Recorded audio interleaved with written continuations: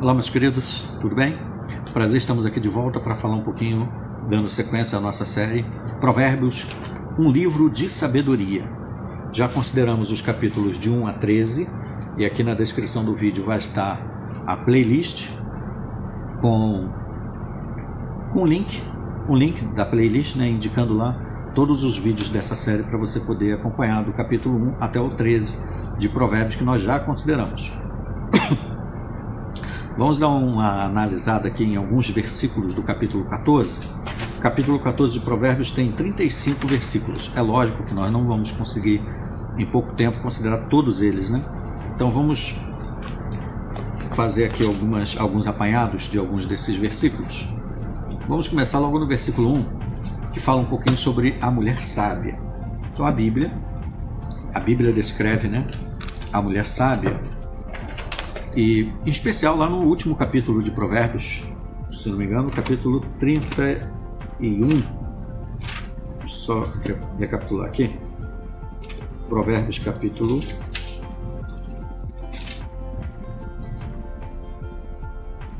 31, isso mesmo, o último capítulo de Provérbios, que é o capítulo 31, descreve, na sua inteireza, a mulher sábia. Aqui no capítulo 14, versículo 1, fala um pouquinho sobre a mulher sábia, que diz assim: a sabedoria das mulheres edifica a casa. Ou seja, uma mulher que age com prudência, com sabedoria, uma mulher que é sensata no seu agir, na sua maneira de tratar o seu cônjuge, os seus filhos, caso tenha filhos, ou cuidar das atividades domésticas, Uma mulher que tem sabedoria edifica, constrói, fortalece a sua casa. Ao passo que a mulher insensata, a mulher que não tem sensatez, uma mulher estúpida, sem juízo, destrói a sua casa, aniquila. Pela sua imprudência, pela sua insensatez, pela sua falta de sabedoria, acaba levando à falência a sua própria família. Então a Bíblia descreve uma pessoa que é sensata como uma pessoa que é equilibrada, que age com bom senso. Ou seja, aquela pessoa que mensura o que está fazendo, o que está falando, uma pessoa que tem juízo, uma pessoa que é ponderada, não só no falar, mas no agir também. Então a mulher que age desta forma é a mulher que edifica a sua casa, que mantém a sua casa dentro da sua estrutura, a qual deveria ter, Não é aquele ambiente desagradável, onde fala mal do seu cônjuge, ou não educa os seus filhos, ou destrói os seus filhos por lançar, por assim dizer, maldições sobre os seus filhos, aquela pessoa que vive insultando os filhos, ao invés de ajudá-los a crescer como boas pessoas, fica lançando, Você é um burro, você não consegue fazer nada, você é um imbecil, você é isso, aquilo. Pessoas assim só destroem os outros à sua volta. O versículo de número 5 fala que a testemunha fidedigna não mente. Ou seja, geralmente quando se usa o termo testemunha, a gente lembra de tribunais, de casos jurídicos, onde uma pessoa é chamada para testemunhar um caso, para falar daquilo que ela conhece a respeito do caso, que ela viu ou ouviu, o que ela sabe a respeito do assunto. E aquela que é fidedigna, que é digna de confiança, é uma pessoa fiel e digna, não mente, não ludibria, não tenta enganar por meio de palavras, para que o seu testemunho possa ser verdadeiro e ela não venha prejudicar a pessoa que talvez esteja em questão, o réu que está em julgamento. Já a pessoa falsa, como diz o versículo 5 no final, diz que profere abertamente a mentira. Não se preocupa. Talvez ela está mais preocupada em proteger alguém poderoso, ou proteger as suas próprias aparências, ou uma posição que talvez ela tenha ou queira ganhar, e por isso ela profere abertamente mentiras. Então essas pessoas, infelizmente, são dignas de pena, porque elas, embora aparentemente parecem estar bem, por dentro, a sua própria consciência a consome ou a destrói. O versículo 7 fala sobre a insensatez. Fique longe do insensato. Insensato é uma pessoa que não tem sensatez, uma pessoa que não tem senso, não tem bom senso, capacidade de julgar com clareza ou analisar friamente um detalhe ou uma situação. A pessoa que é insensata, ela não tem senso. Ela age simplesmente por agir, assim como um animal age simplesmente por instinto, por impulso. Não mensura, não mede, não calcula, não avalia. Então, fique longe de pessoas assim, que são insensatas ou inconsequentes, que não imaginam. Por exemplo, imagine talvez uma das situações, né, que mais destrói famílias, que é a questão do adultério. A pessoa insensata não vai pensar, talvez, né, se eu me envolver com essa pessoa aqui que não é o meu cônjuge, eu vou ter ela. Talvez ela pense só nos momentos de prazer que ela vai desfrutar ali. Mas ela não imagina no futuro o quanto aquilo vai destruir o emocional do seu cônjuge, dos seus filhos, da sua família, a sua própria vida. Tudo isso vai desmoronar. Por quanto tempo? Vale a pena? Então a pessoa insensata pensa nessas coisas todas, calcula, analisa, mensura, né? Se preocupa realmente com o resultado das suas ações. As que não são assim, nós devemos evitar a sua companhia, no sentido de como nós falamos no outro capítulo, no 13, né? Na questão da osmose. Citamos o 13, versículo 20. Quem anda com pessoas sábias se torna sábio, mas aquele que tem trato com os estúpidos vai mal, né? Porque nós absorvemos por osmose. Então, se nós andarmos com pessoas insensatas, ou passarmos a ter convivência íntima com tais pessoas, o resultado é que nós vamos acabar absorvendo a sua insensatez. E aí no versículo 7 o final diz: pois nele não encontrarás sentenças prudentes. Ou seja, você não vai encontrar resultados de uma pessoa prudente, uma pessoa que tem sensatez e bom juízo, analisa o que vai fazer, o que vai falar. Aí o versículo 8 completa: sabedoria do prudente é discernir seu próprio caminho.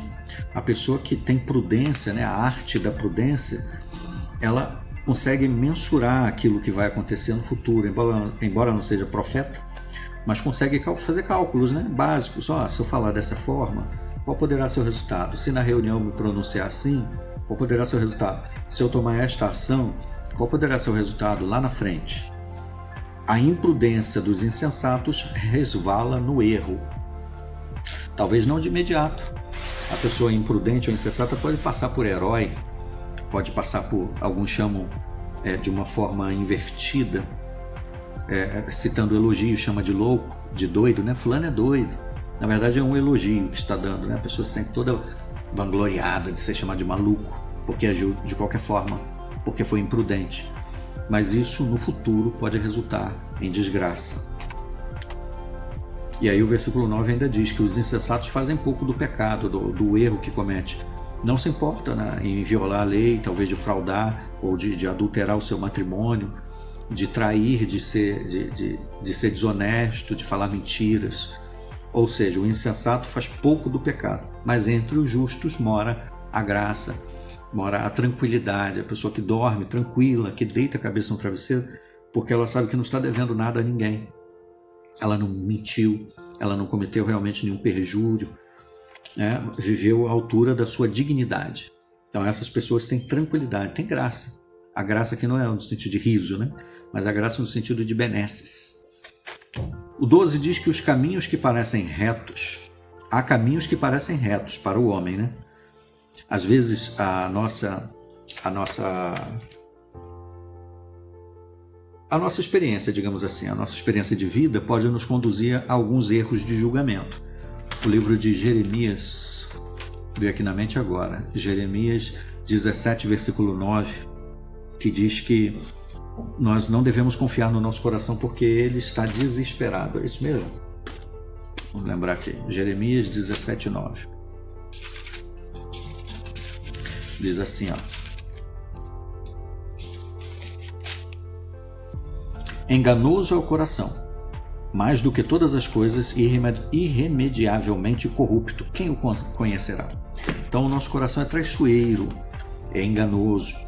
Então quando usa-se o termo coração aqui, é claro que se refere à nossa sede íntima das nossas emoções, né? Não é a nossa bomba que bombeia o sangue necessariamente. Embora a ciência ainda não consiga explicar exatamente qual é a ligação emocional entre o coração e o cérebro. Mas nós atribuímos um sentido figurado ao termo coração. Então o coração é traiçoeiro, né? Nossos julgamentos, nossa avaliação nem sempre é certinha, embora nós possamos acertadamente tomar decisões na nossa vida baseadas na nossa experiência. Mas alguns, por isso a necessidade da prudência citada nos versículos anteriores.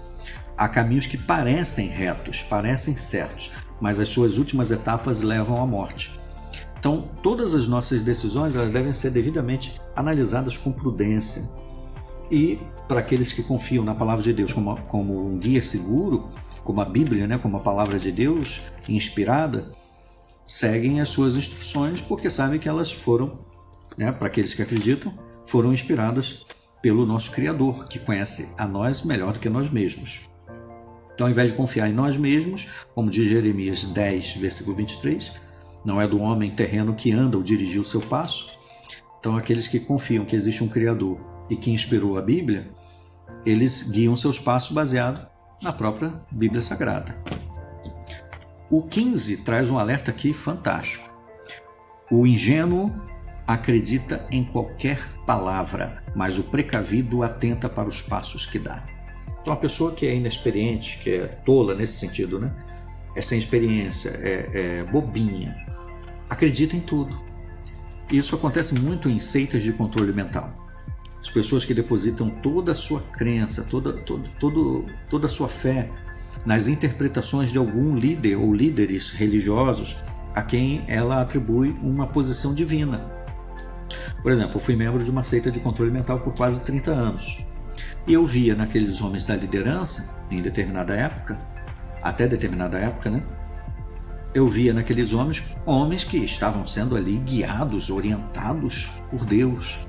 E o que eles falavam, para mim, era como se fosse o próprio Deus falando. Então, quando nós chegamos nesse nível de controle mental, nós não conseguimos analisar se o que eles estão dizendo realmente é verdade ou não, porque nós acreditamos em tudo que eles dizem, não colocamos à prova. Daí a ingenuidade. Aí quando nós despertamos, né, quando vem aquele start, nós despertamos para a realidade em que maldito é o homem que confia no outro homem, e aí nós entendemos que não precisamos ou não devemos confiar em toda a palavra que as pessoas falam, mas analisar com precaução aquilo que é dito. Como diz em 1 de João 4, versículo 1, nós devemos colocar à prova todas as palavras ou pronunciações que são transmitidas, principalmente daqueles que dizem ser representantes de Deus, para ver se realmente são originadas da palavra de Deus. Isso que ele está me ensinando tem base na Bíblia? Realmente está de acordo com o que as Escrituras dizem? Ou é só uma interpretação? Então, a pessoa que não é ingênua, ela faz essa análise, faz esses detalhamentos, né? Considera, pondera, para depois decidir se crê ou não. O inexperiente engole tudo. Tudo que o líder da seita fala, ele aceita, engole e aplica. Versículo 16 diz que o sábio teme e se afasta do mal, já o insensato vai em frente e se dá por seguro. E o resultado final, naturalmente, pode ser a desgraça. O versículo 17 fala que quem é impaciente faz tolices. Traz à nossa atenção a importância de nós sermos, como estamos frisando aqui várias vezes nesse capítulo 14, né? A importância de sermos prudentes. A pessoa prudente não pode ser impaciente, né? Não se encaixa. Então a pessoa impaciente faz tolice porque ela acaba agindo, né, com imprudência, ela acaba atropelando, colocando as mãos entre as pernas entre as mãos, como é que é o ditado, né? Ela começa se atrapalhando toda, né? E aí fazendo tolices, depois não consegue talvez consertar os próprios erros que cometeu. O versículo 18, em consonância com isso, diz que os incautos, aquele que não tem cautela, uma pessoa que não é prudente, herda a insensatez. E a insensatez, a falta de senso, faz com que as pessoas, assim que sejam insensatas, ajam como tolas, tomam decisões ou acabam agindo de uma forma que não deveria, porque não mediu, não analisou, não calculou o que ia fazer. O versículo 20 traz uma realidade que você deve vivenciar como eu vivencio, né? O pobre é rejeitado até por seu vizinho, enquanto muitos são os amigos dos ricos. né? E aí temos vários ditados que falam, né? Quando nós temos muito dinheiro, nós temos muitos amigos. Mas quando acaba o dinheiro, acabou os amigos. Quer ver se você realmente tem amigos? Fique doente e veja quantos realmente vão perguntar por você, quantos vão se oferecer para te ajudar. Fala que vai bater uma laje na sua casa, vê quantos aparecem. Agora diz que vai fazer uma festa. Diz que vai ter uma festa na beira da piscina com tudo pago para ver quantos amigos você tem. Agora diz que tem um terreno para capinar lá da sua mãe ou da sua avó e veja quantos vão se oferecer para te ajudar. Isso é só um exemplo, né? Mas é um retrato da nossa realidade. Quantos são os amigos dos ricos? A gente vê isso muito em festas até nos filmes já retrata isso, né? Quando tem aquelas festas grandes, né? Pessoas que os membros, os donos da casa nem conhecem, mas estão lá. São muitos amigos. Amigos, entre aspas. O versículo 21 fala que quem despreza o próximo está pecando. A importância de nós tratarmos o nosso próximo com respeito. Tem ditados corporativos que dizem, né? Trate bem enquanto você está subindo, porque você pode precisar deles quando estiver caindo ou descendo. Então não precisamos tratar bem as pessoas só porque um dia talvez nós vamos subir. Não pensar nisso, né? Embora nós desejamos progredir, crescer em qualquer área que talvez você queira, em sentido acadêmico, profissional e etc. Mas não importa qual a circunstância, não devemos jamais desprezar as pessoas. Quem faz isso está cometendo um grande erro. Quem se compadece do pobre será feliz. O pobre aqui não é necessariamente a pessoa que tem poucos recursos financeiros, né? Mas aquele que talvez está numa situação subordinada ou abaixo da nossa. Ou talvez ela esteja num nível, digamos assim, acadêmico inferior, no nível social inferior, ou em qualquer outra circunstância, ou esteja precisando da nossa ajuda naquele momento. Talvez está passando por um perrengue, doente, ou caiu, etc. Então, quem se compadece de quem passa necessidade, vamos colocar assim, realmente é uma pessoa feliz. Diz lá Atos 20, versículo 35. Há mais felicidade em dar do que em receber. Quando nós tratamos bem aquele que precisa, sem esperar retribuição, isso causa em nós uma grande felicidade, né? O 23 fala contra a preguiça. Todo esforço leva à abundância. A pessoa preguiçosa, que só fica sentada esperando resultados, dificilmente vai conseguir ver resultados positivos. Então, todo esforço leva à abundância. A pessoa que é trabalhadora, que vai atrás, que corre atrás, que estuda, que se empenha, que busca, geralmente alcança. Enquanto que o muito falar só leva à penúria. Fala muito, né? Eu quero isso, eu vou fazer isso, quando eu puder, etc. E não faz nada. Só vive as mínguas esperando algo que talvez nunca vai acontecer. O versículo 29 continua falando da prudência. Quem é paciente se porta com grande prudência. Quem é impaciente aumenta a sua própria insensatez. Corroborando os outros pontos que nós já falamos lá no versículo 17, versículo 18 e outros. O 30 fala que o coração bondoso é vida para o corpo. Uma pessoa que é boa, uma pessoa que é bondosa, que quer fazer o bem aos outros, que se alegra em fazer isso, como nós citamos anteriormente, que tem mais alegria em dar do que em receber, essa pessoa realmente faz com que a sua vida tenha significado, seja feliz, próspera. Ela se torna uma pessoa grata pela vida, por tudo. Enquanto que a inveja é cárie ou corrói os ossos. Pessoa invejosa, aquela pessoa que nunca está feliz com o progresso dos outros, mas ela não só está feliz com o ciumento, ela também quer destruir aquilo que a outra pessoa conseguiu ou menosprezar as conquistas alheias. Essa pessoa é invejosa e isso corrói os ossos, ou seja, destrói o seu caráter, a sua vida, a sua personalidade. Essa pessoa não é bem vista por ninguém e eu tenho certeza que você não ia querer estar na companhia de pessoas invejosas que não se alegram com o seu progresso, com as suas conquistas, com as suas benesses. Quando ela vê você progredir, ela deseja te destruir. E aí eu me lembro muito bem de uma cena do filme O Conde de Monte Cristo. Lembra? Foi uma cena quando a Mercedes estava conversando com um amigo do Edmond Dantès, que é o Conde de Monte Cristo. E ela disse assim pro Bernard, que era o amigo, falso amigo, né, do Conde de Monte Cristo. Ela disse: Bernard, ele era um nobre, né? Você ganhou uma vez um pônei e o Edmond ganhou um apito. mas ele estava mais feliz com o apito dele do que você com o seu pônei. E aí você quis destruir o apito dele. Por quê? Porque o apito, embora pequeno, causou no Edmund uma grande alegria e satisfação. Enquanto o Bernardo, que tinha tudo, era um menino mimado, podia ter um pônei, podia ter tudo, mas aquilo não dava nele feliz. Ele não queria ver o outro mais feliz que ele. Isso era uma inveja terrível. Eu lembrei dessa cena do filme, né? E é exatamente assim. Às vezes uma pessoa ganha um cargo lá de gerente e o outro, que está feliz ali no trabalho dele de subordinado, é mais feliz do que o outro que é gerente. E ele não suporta ver aquela pessoa feliz. Por quê? Eu, que ganho muito mais do que ele, tenho um cargo maior que ele, não sou tão feliz quanto ele é sendo inferior. É inveja. Essa é inveja. Ela destrói a alma da pessoa, destrói a sua personalidade, e isso se reflete na sua maneira de agir, né? Afasta as pessoas. Talvez ele tenha pessoas à sua volta que não sejam genuinamente seus amigos. Estão ali talvez por necessidade, né? Por subordinação. Mas são alguns detalhes que nós analisamos aqui no capítulo 14 de Provérbios. Não dá para analisar todos os versículos, né? Só arranhamos a superfície do conteúdo de Provérbios até aqui. Tem muito mais, né, que nós podemos descobrir, tesouros escondidos ali, maravilhosos, como diz o capítulo 2 de Provérbios, do 1 ao 5. Se nós cavarmos ali, nós vamos encontrar tesouros escondidos na palavra de Deus. E é um prazer compartilhar com você mais essa consideração do capítulo 14 de Provérbios, um livro de sabedoria. Até os nossos próximos vídeos. Até lá.